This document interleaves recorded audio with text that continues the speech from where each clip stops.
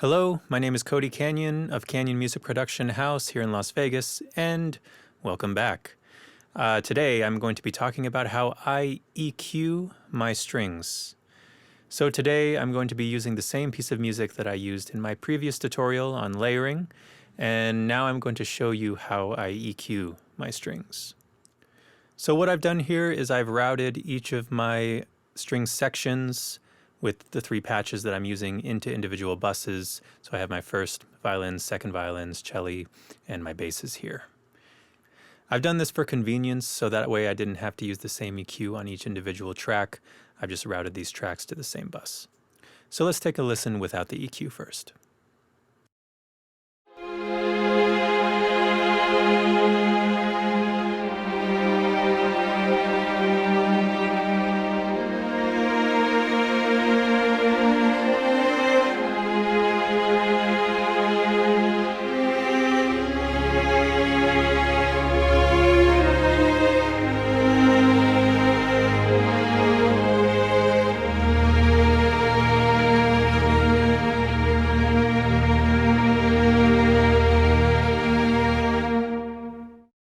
All right, so as you can see, that sounds pretty awesome already. You know, I'm using the Spitfire libraries here. I'm using their professional studio string library as paired with their Abbey Roads string libraries.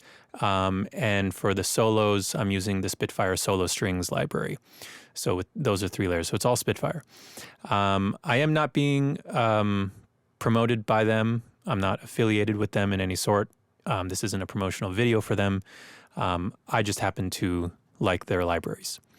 So to get started, depending on what library you have, you know, all these companies record their strings differently. So you may have to do some minor adjustments, but I'm going to give you kind of how I EQ my strings. And because these libraries are so expertly recorded, you're not going to really have to do much EQing, just little things to kind of tame some things and get some mud out. So let's start with the first violins here. Here's my EQ for the first violins, and I have them soloed, so we're going to take a listen to them without this EQ first.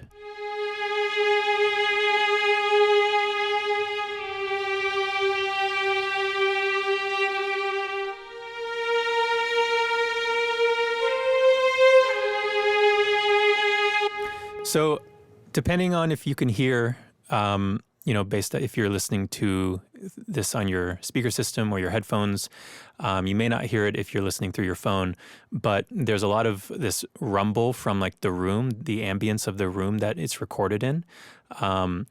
And, you know, that's great texture. And depending on which song, you know, what context these strings are playing in, you may want to keep some of that, or if it's in a larger song context, you know, you're probably going to want to get rid of that because it's just going to muddy up your mix. So what I've done is I've cut at around 220 hertz. There's just this small boost in the low mids around 382 that I've done just to kind of warm up that low mid section. It's barely anything. You probably won't even notice it. I have done a 1.5 decibel reduction at 2K. And then I have these little cuts in here at 2500, 4600, and 7K. And these are these like whistle tones that I've found that I don't really like. And on top of that, I just cut at around 20K. So let's take a listen to these first violins with this EQ.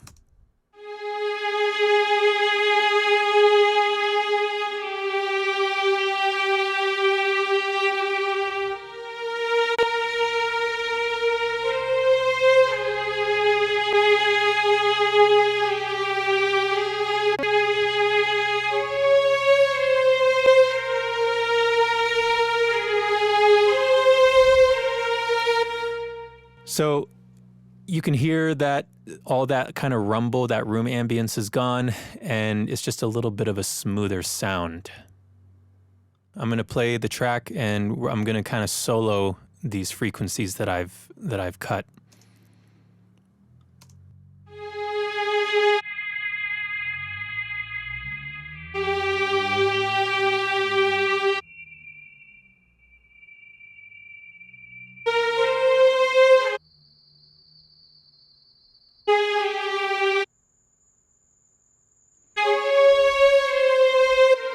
So those are all kind of the frequencies that I were thinking like were kind of just popping out on this group of samples, just to kind of tame it in and smooth the sound out. So yeah, that's what I did with the first violins. I'll show you that rumble that I'm talking about.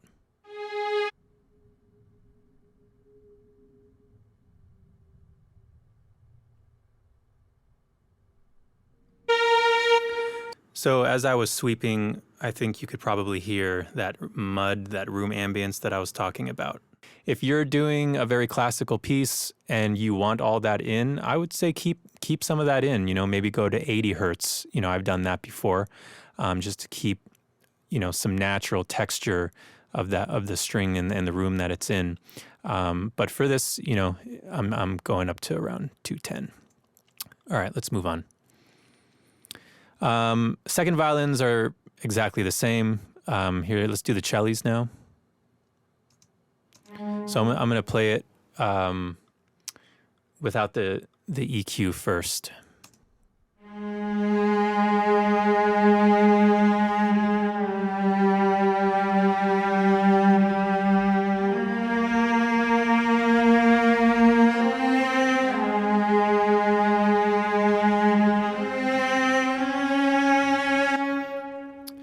All right, so let's listen now with this EQ on.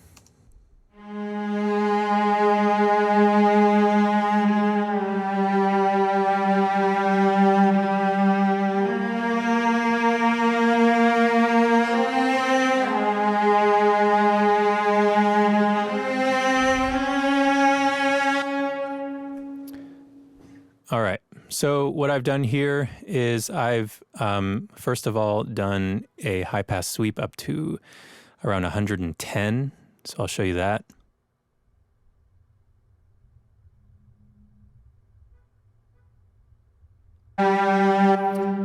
So you heard that rumble. That's going to be kind of where some of the bass frequencies are living, and I don't want those conflicting with the basses, so I've decided to cut that.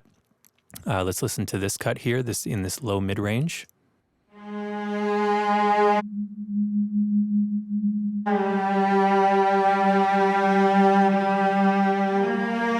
So yeah, that's a very powerful frequency there, and it could be a little bit much for the ear. So I'm kind of taming that right there, and especially because this is a culmination of 3 different cello patches, those frequencies can kind of build up together. So if you're going to be bussing, it's important to really pay attention to that. And I like bussing, EQ buses, because it kind of saves CPU. If your CPU load is kind of getting intense, depending on the kind of session, you can bus and route things together to save on your CPU. Let's take a listen to this one here.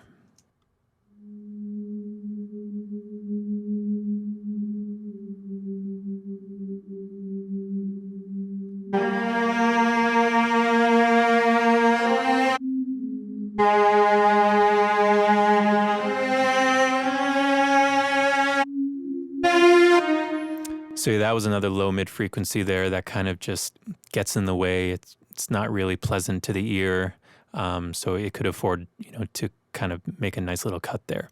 And then let's go to this one at 360.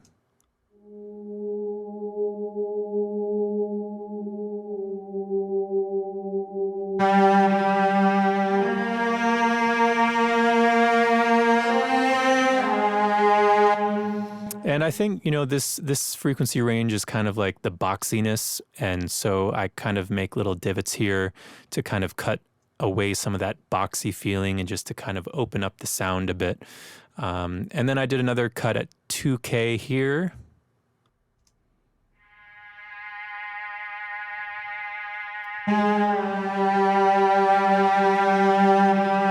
So yeah, that 2K region is one of those problem areas, kind of for a lot of things, and especially if things start to build up in that section, it can be a little bit piercing. So I like to cut a little bit of that 2K area to kind of smooth out my strings, because in each of these sections, that 2K is really strong, and when it gets to the mix bus, it can be pretty intense. So I like to just chisel out some of that area.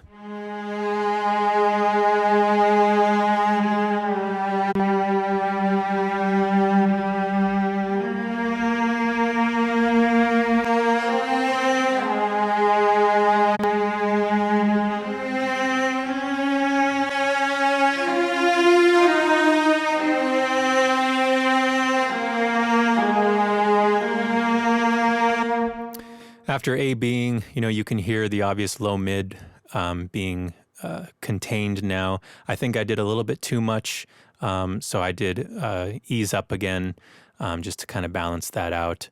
But yeah, and then I just cut around 13.5, 13.462, right around that area, just because there's nothing really going on up there. So I just like to kind of tame it all in. Finally, let's go to the basses here.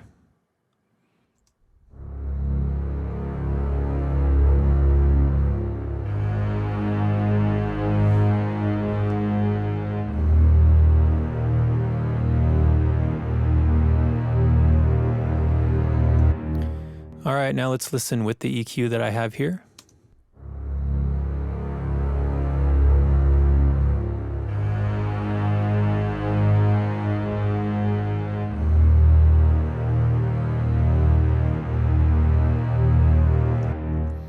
All right, so with these basses, first off, I start with this high-pass sweep. And, there's two places I typically keep it. So if this is my only bass instrument and there's no kick or anything like this, it's strictly orchestral, I typically go to around 50 hertz, maybe 40. But I only really do this if I need that extra sub-bass frequency in there. But for this, 50 is really nice. And if there's other things going on, like a sub bass or a kick, I would typically sweep this up to 80. But I'm going to keep it at 50 for now, just to keep that warmth. And then I have this cut at 190, 250, and 360, kind of similar to the Celli. And this is just to kind of tame the low mid range.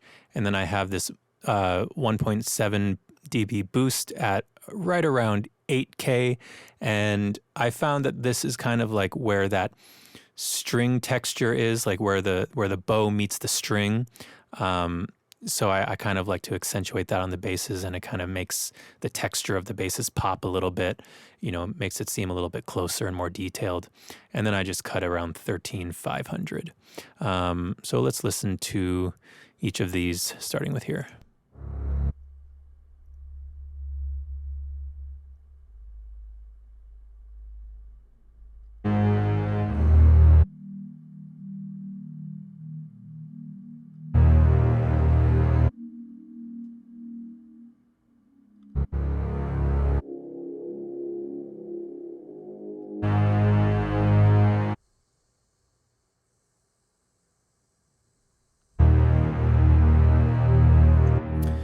So yeah, that's my EQ for basses typically. On all of my EQs, I use this auto gain feature just to make sure that I'm not getting any sort of volume discrepancy from my EQ cuts or boosts. So that way the gain always stays the same. That's really important.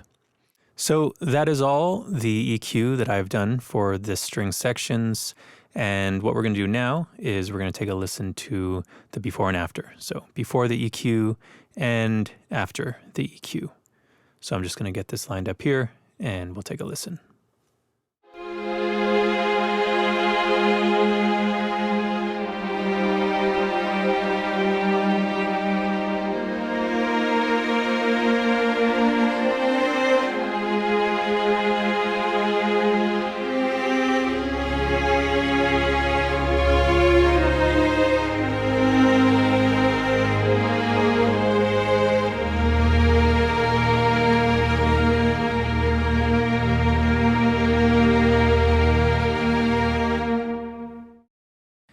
And here is with the EQs.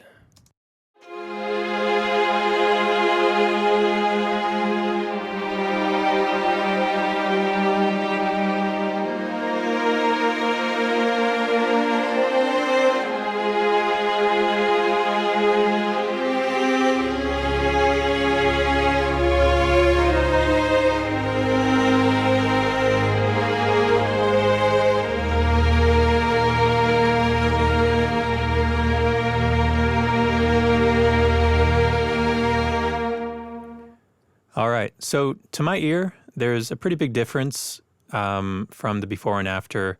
With the EQ cuts, everything's a little bit tighter, a little bit more contained, a little bit cleaner. There's not a lot of mud in the low mid frequencies anymore, and that kind of rumble in the sub frequencies in the basses is gone. That's tightened up a little bit. So overall, the track is just a lot smoother and more pleasant. That 2K region has been tamed, so that's really nice as well. The goal when you're EQing strings is not to change the sound, just to kind of enhance it a bit and tighten it up. All these libraries and patches are expertly recorded. So, you don't really need to do too much, and it really all depends on what context these strings are in. So, yeah, thank you for joining me today. Please like and subscribe for more videos, and I hope I was able to offer you some value today.